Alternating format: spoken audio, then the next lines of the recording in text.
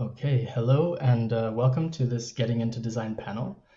Today we're going to speak with three thoughtful designers, generate some insights for both those that are curious about design, but also those that might be early in their career that are looking for tips about how to enjoy their careers. My name is Miles Johnson, and with me I have Raja Schaar, Senongo Akpem, and Jayde-Olivia. And we're going to talk through their career journeys, as well as ask a little bit about how design has affected their lives, how they're seeing the world, as well as investigate the role of diverse designers and how that can help us create better communities. So just to start, I wonder if each of the panelists could take a few minutes and tell us a bit about what are you doing now and what led you into design. Perhaps we could start with Jayde-Olivia. Hi, I'm Jayde-Olivia. I'm a product designer specializing in user interface design. I'm currently living and working in Dubai. I've been here for coming up to a year now, and previously I was working and living in the UK.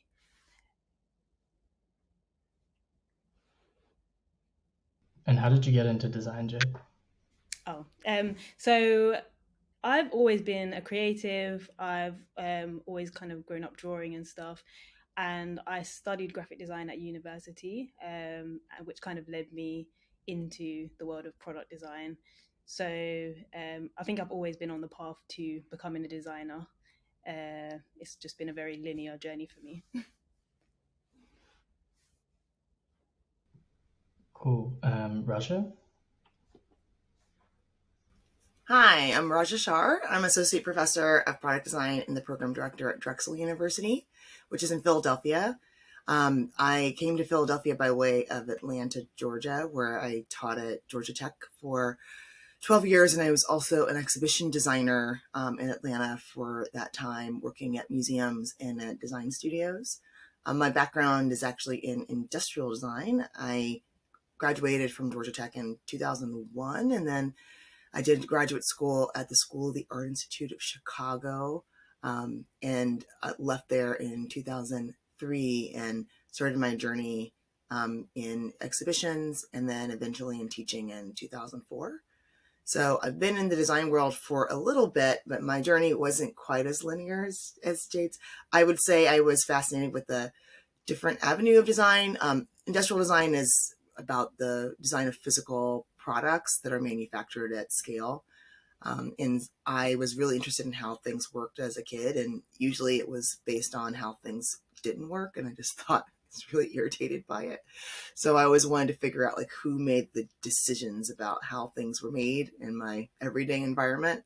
And so I ended up exploring the actually engineering because I just wanted to understand how things worked. And I honestly thought I was going to be designing toys one day because I really wanted to design better toys because I like playing with toys as a kid. And I realized in my first year of school, 1996, that engineering was maybe a little bit more behind the scenes than I wanted it to be. And I happened to discover my residence hall advisor painting in her room for homework while I was working on a chemistry lab report at like 2 or 3 a.m. And I asked her how she got to paint for homework. She told me she was an industrial design major.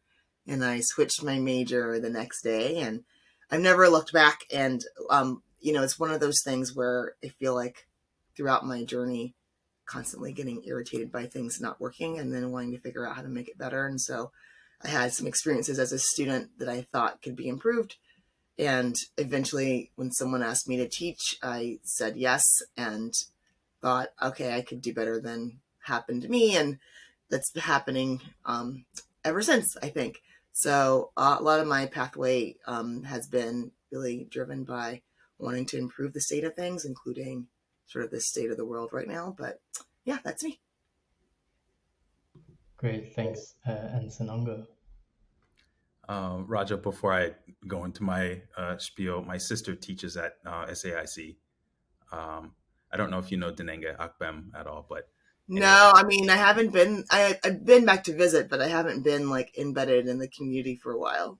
cool. Um, yeah, what a roundabout journey to get to where I am. So I was saying before we started recording, I was born in Nigeria. I was raised there. Went to a boarding school, and that was, the formative years of my life. Um, Went to college in Michigan, so switched from nice warm climate, dusty climate, into something super cold, which was a cultural shock, to say the least. After college, I moved to Japan. I lived there for about 7 years, and was, for the most of the time there, teaching English.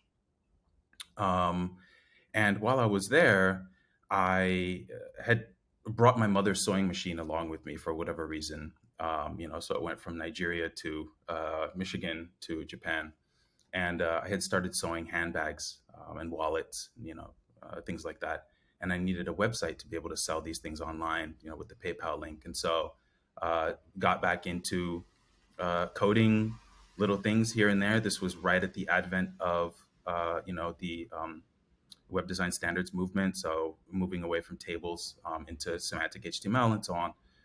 So it was a little bit easier, right?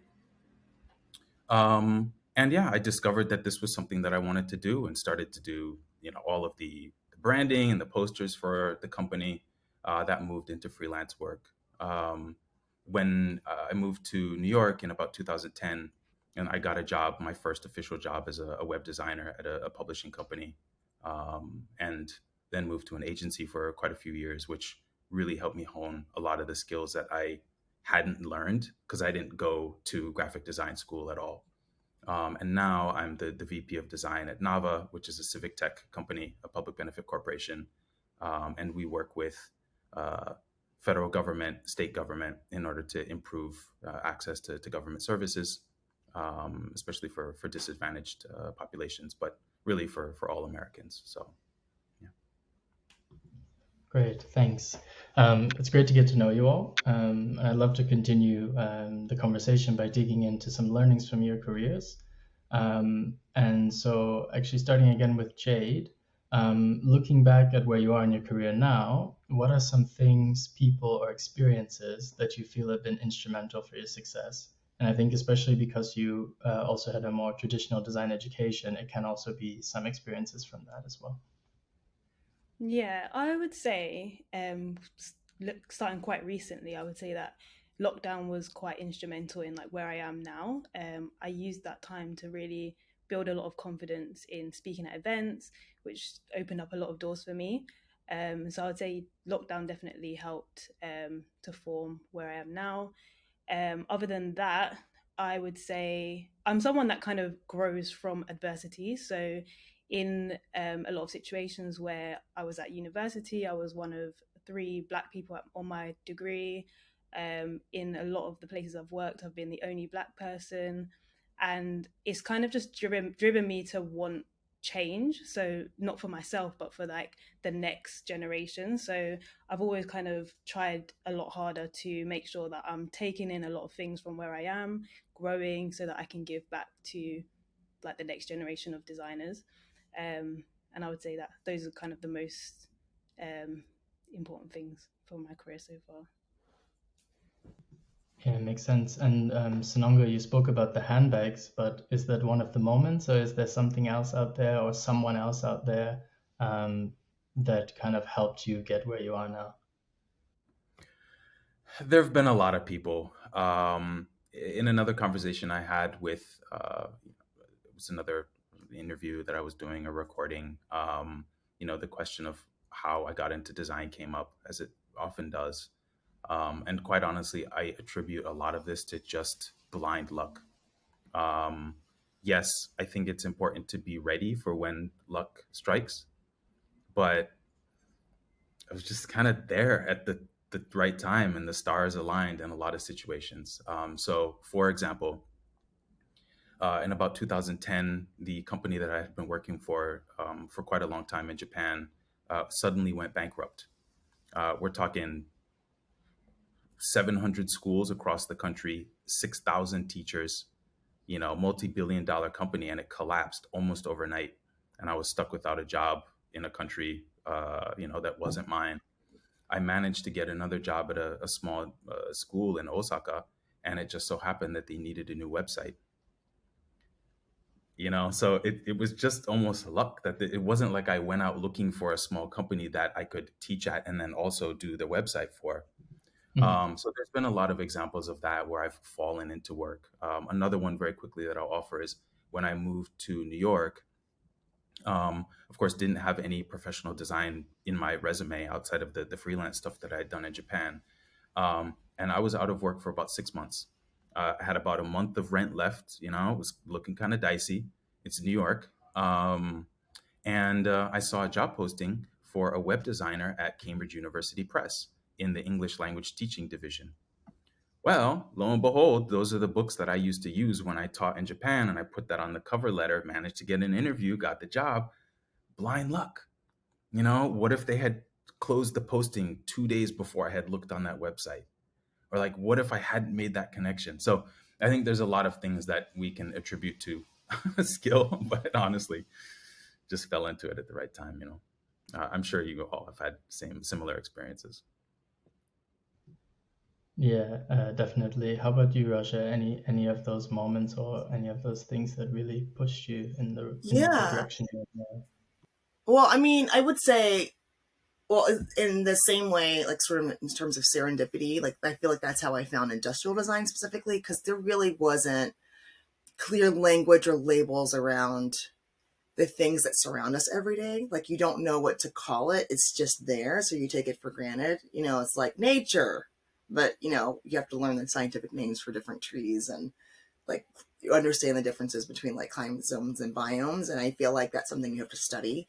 And in some ways it's quite a shame that a field that surrounds our visual and material culture, that is so part of everything that we touch and use, from the interfaces that we use and the images that we see on posters and the things that we touch every day, is like a hidden thing, but it's such a powerful thing that really shapes the world. So to understand like the language around it and understand what industrial design was, I mean, I think it took years. I mean, I was studying around it for years or trying to find it, and I thought it was called engineering. I actually went to school for a field called industrial engineering, industrial and systems engineering, because when I read the description, it was like how things work together, kind of, and designing those things. And it was like this process to do that. And it felt like it was kind of the design of everything, it was the design of systems. And so when I found industrial design, which is in the catalog right next to it, and I had read that description, it sounded the same, but one said engineering, one said design. So I feel like the world just kind of uses almost language as a way to separate people, or as a gatekeeping away from certain industries that just seem foreign in a way. And it's so interesting that Senongo's experience is really like in teaching language, like what words do you actually pick to teach people? So I feel like in some ways I'm very lucky that I was able to put a word to the thing that I wanted to, and which opened those doors for me going forward. But I would say like once I entered that field, like my eyes were open to many of the issues that really resonated with me as a person in the world. So, I went back to the idea that I wanted to be a toy designer. I really love this idea of play, but I also learned a lot more about the role of sort of like waste in the life cycle of products and sustainability while I was in school. And it was something that frustrated me a great deal because I just felt like there were already books written about how to do it right, but no one was actually doing it right. I was like, so where are the case studies of people actually doing this? Like, oh no, we just wrote about how we're going to ruin the world, but no one's actually following any of this advice. I was like, well, okay, that's awful. So I actually abandoned my path towards being a toy designer and decided to do Big Toys, which was interactive exhibitions, because I came of age at a time where technology was actually being scaled and deployed at like more in a ubiquitous fashion, as opposed to like just on a single device. And I was trying to figure out what was that going to be the next thing for exhibitions. And that really helped me understand about learning and its connection to design, and design being able to create learning experiences felt better than just creating waste in landfills. So that's something I feel like I carried into my career to this day, which is really looking at sort of the impact of, the effects of climate change as a result of design. So looking at design, my field, and critiquing it based on what I see it doing in the world, but also looking at ways to design better, but also to teach those sort of mindsets within curricula, so it's not just a concept that you kind of like know, like it's bad, but you don't know what to do. So I'm really about using sort of like these ideas about your responsibility as a person in the world, your responsibility as a designer with power, understanding the strategic process in which to apply that, and then actually moving into careers where that mindset and that skill set are going to be embraced as a designer, and being able to sort of trade on that and also know that you're using your powers for good as opposed to just making trash, even though a lot of people hire us to make trash. I'm going to be honest with you about that. But I would say the other thing that really has helped me, like, and this is probably going even before figuring out what industrial design was I just was always interested in sort of this idea of the future and like what technology could do. And so I think my eyes have always been open to embracing new ways of doing things in the world. And that's become from my parents. It's from like raised on science fiction and fantasy, like making the magical possible and understanding like what people had to know to do that. And then understanding where those moments are in our current society. Like we're in a moment now, I feel like where a lot of new kinds of technology are being introduced to us and people are trying to figure out what to do with it. And that's something I feel like science fiction in itself has answered really well, and also looked at some of those things in these really rich stories about who those kinds of technologies empower versus disempower, and what kind of societies that sets up. And so that's been a large part of the discourse in my work recently, as well as looking at the intersection of sort of like speculative fiction and ethics, but then pairing that with what we're doing in our current moment. So there's been watching a lot of TV and playing with toys kind of led me to my current pathway in design. But, you know, also I lived in the Save the Whales generation. So I also care a lot about the world as well. So it kind of all come together in my career. Yeah, that's really interesting, and kind of ties to where we want to go next, which is thinking about kind of where do you all think design is heading in the next 5 years? What are the kind of what are the changes? What are the things that you're excited about? That if you're someone who's maybe in a foundation year, getting ready to go to university, or maybe in university but trying to decide if design is right for them, what do they have to look forward to going forward? Jade?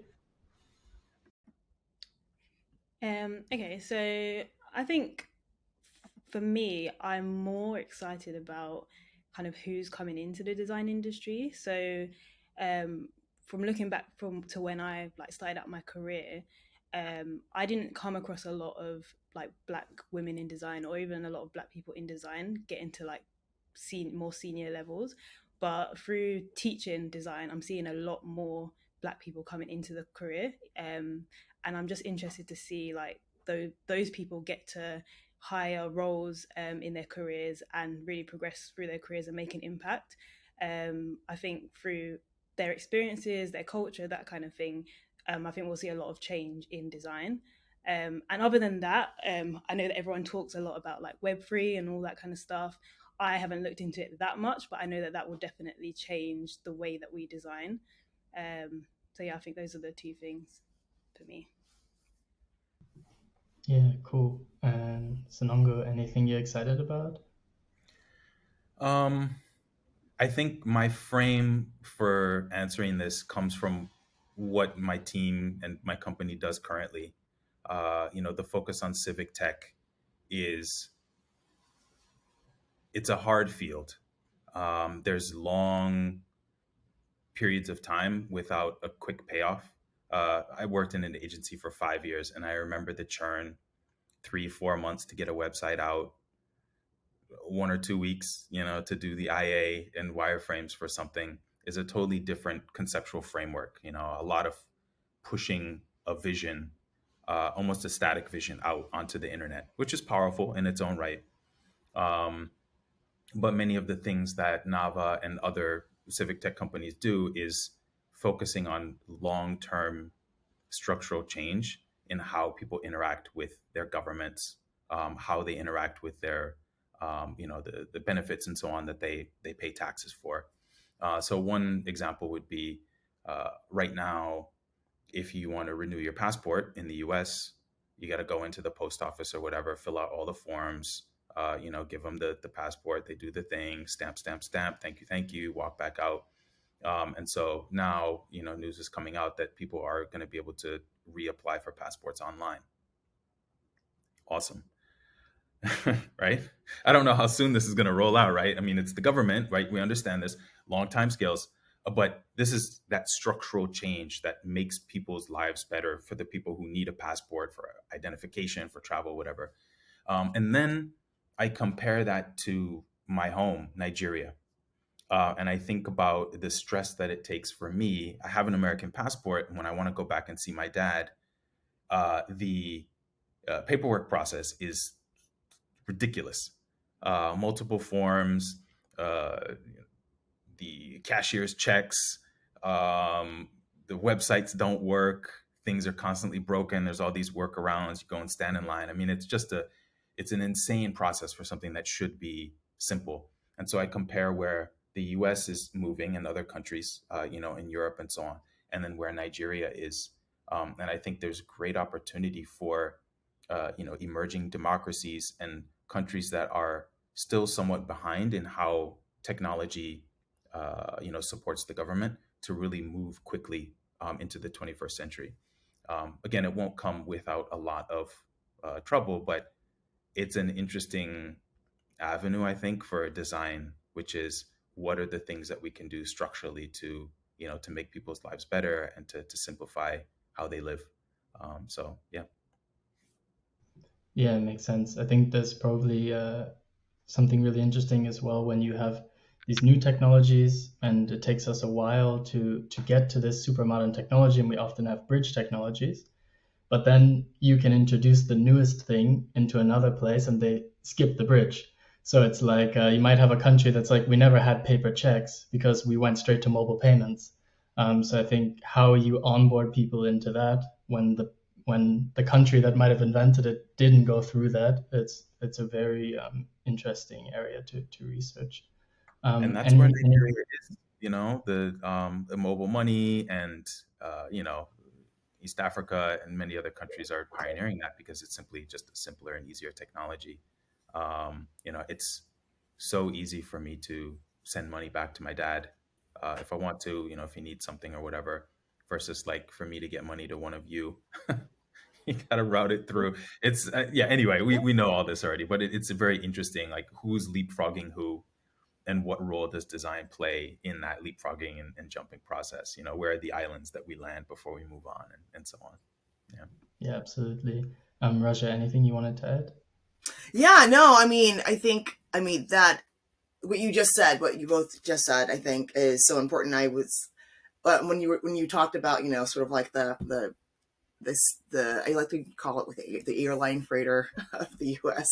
that moves very slowly and incrementally versus how nimble other parts of the globe happen to move, especially once they catch wind of these technologies. And then sort of like it's not even the technology. Sometimes it's the underlying sort of technical skills and applying it in novel ways. And some of those are culturally influenced. Some of them are just free of literally the shackles of like capitalism and the way that we think of it in the US, especially, where there's like this freedom in this sort of like liberated and sort of hopefully decolonized mindset of like, I can do whatever I want with this. And I feel like there's so many rules in the way that we teach how and who can design here. And that's something that I do feel like is changing. I think with the global conversation around sort of like diversity and inclusion in design has been really important. And I want to go back to what Jade said, is like, now we see that more people know about these fields and are starting with a much more clear and linear path through them. And I'm seeing them in my classrooms, but I'm still finding students that are saying that I'm the only Black professor that they've had, or the only Black woman professor that they've had. Especially when I taught engineering for a while. It was sometimes maybe there was other women on the faculty, but the students didn't have them, which is, I think, is quite a shame that that's still something that's in the conversation. And during my career, which, even though it's been a minute, it's recent in my career, right? Or maybe even the only woman of color that they've had as a professor. So I think those sort of questions of what's happening now versus what's happening globally would look very different, right? Because where I am in the US, we're talking about still a white dominant culture. I teach at a predominantly white institution, but those conversations are happening in other parts of the globe where that's not the population makeup, means that those classrooms have the default is them. I think that's something that I'm hoping to shift into. That's something I'm very excited about, because I feel like once you have those conversations and once you have that sort of representation, then the conversation around design looks much different. It is not as constrained by like preconceived notions of like what's supposed to be good design, and it really is embracing sort of this like vision of the future that is a little bit more holistic, equitable, one that's like based on like sort of like care and possibility, which is really exciting. And I know that the technologies that are emerging now, which are interesting to me from the standpoint of like what can they do, but also what harms can they cause. I feel like when they're in the right hands, the harms will be minimized. And like, so artificial intelligence has been sort of this promised thing since, you know, Terminator, right? Like what will happen in the future? Like what's going to happen once robots become sentient and they take over? But now that the possibilities of AI and how they've been deployed have actually been used for very mundane things like pre-crime and surveillance and, you know, helping you log into your machine faster so that you can make your payment faster. It's not about like robots taking over and trimming your lawn for you because they know that your lawn needs to be trimmed. We've been using it just to make like everyday functioning within a neo-colonized society more efficient, which to me means that the people who've thought about and imagined the possibilities of it are people who are very much constrained to this like incremental sort of use of these technologies and are using it to control and not to empower, which is a problem. And so I feel like there's new technologies are coming, but the right people don't understand the possibilities within it or not pushing the possibilities within it. And we're all being sort of constrained. So I think about like what wearable technology used to promise to be. And now it's all like how to track your steps to send your information to your insurance provider so they know that you are healthy enough and active enough that they won't up your like your plan. Like, I mean, honestly, that's what it's come down to, but it could have been so much more. And not that I say that it's not going to be, but it's like the socially acceptable version of it, or what's considered the profitable version of it, based on what we consider in the West to be profitable, is the one that most people are going to see and be familiar with. And it almost locks you into, I guess that's what it is, right? But what you were talking about before in terms of leapfrogging, where people think this technology can go and what it can be, is something that we don't see as much. And so I think that the leapfrogging is coming now that we have sort of given these fields to young kids and diverse groups of people and really the globe. I think the internet has really helped with the globalization and dissemination of a lot of these things with YouTube.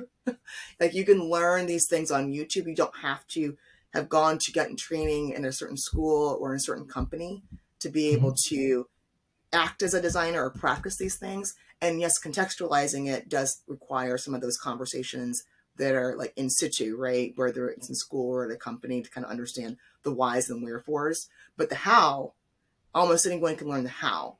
And I think that that's really important, that once people learn the how, they come up with new whys and new wheres. And that's really exciting. So like metaverse, artificial intelligence, wearable technology, I think are still there. But then you also have that really tied to like sustainability, globalization, culture, and also ethics, like in, the why we do this and what happens if we do these things, and answering those questions from different lenses. Yeah, absolutely. I wonder, in our last few minutes, rather just give a chance for Senongo and Jade, if you have any comments or kind of continue the conversation. I'll go for it, Jade. What was the question, sorry? Just if you had any comments on Russia's points around, I think, like who is the maker and kind of the value of these diverse makers, and then the kind of novelty of what comes out of that. I need to think about this one. So no worries. Senongo, did you have a comment? I think I relate it to when it comes to digital design, trying to answer the same question that we ask of mass media. Who benefits from the framing of this story?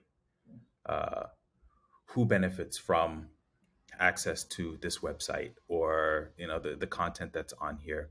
Who benefits from forcing um, somebody applying for benefits from the government to fill out 5 forms every 3 months in order to recertify that they qualify? Who benefits? And yeah, I think technology has a role to play in making sure that we identify who those people are, and then if we need to work around or find a simpler way so that they they don't benefit anymore, that can be very powerful. Yeah, absolutely. So I think hopefully those that took time to listen can already hear that how many different places just the word design can touch in our society, as well as the fact that we probably could spend the next 10, 15 days trying to dig into all the points that are shared. I just wanted to give each of you a chance if you wanted to promote anything. Could be something from a friend, could be something that you're doing, as well as to have any last comments. Jade, do you want to go ahead? Yeah, I just wanted to ask everyone to follow an Instagram page called Ollie and Frank, which is OLLY and the word and FRANC. And that's a page that I started with a friend, and it's just us sharing our journey and experiences as Black women in design, and kind of just teaching people things that they might want to learn about different areas of design. And we've also got some affirmation cards for creatives coming out soon, and a lot of other fun things as well. So yeah, follow that page and also visit our website. Great. Rasha? I mean, I would say if I wanted to promote anything, I would just say, design is available to everyone. It's really about understanding a creative process and then learning how to make in the language of that thing that you want. And so, for industrial designers, it's really about understanding people and their problems and then moving through the process of understanding fabrication. And it's different for every kind of thing that you want to make. And the knowledge is available to you, and there's a process available to you. Same thing with digital products, right? There's a process in order to get those things onto the screens or across the globe.